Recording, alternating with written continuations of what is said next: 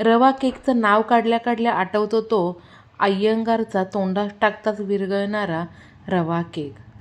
Measuring cup नसतील ना तर घरातील कोणतीही एक वाटी निश्चित करून 1 वाटी रवा, त्याच वाटीने पाव वाटी गव्हाचे पीठ, पाऊण वाटी साखर, पाव वाटी दही, पाव वाटी तेल, अर्धा वाटी नॉर्मल दूध, सर्व जिन्नस एकत्रित करून गरागरा मिक्सरला फिरवून घेऊन 15 मिनिटं रवा छान फुलवून घ्यावा.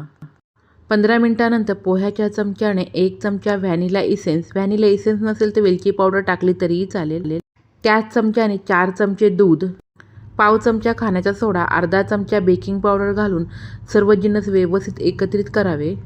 10 मिनिटं कढई प्रीहीट करून नंतर 40 मिनिटं अशा प्रकारे मध्यम आचेवरती केक बेक करून घ्यावा. आता कट करायला घाई न करता हलकासा थंड झाल्यानंतर रवा केकच्या स्लाइस करून घ्याव्यात. धन्यवाद.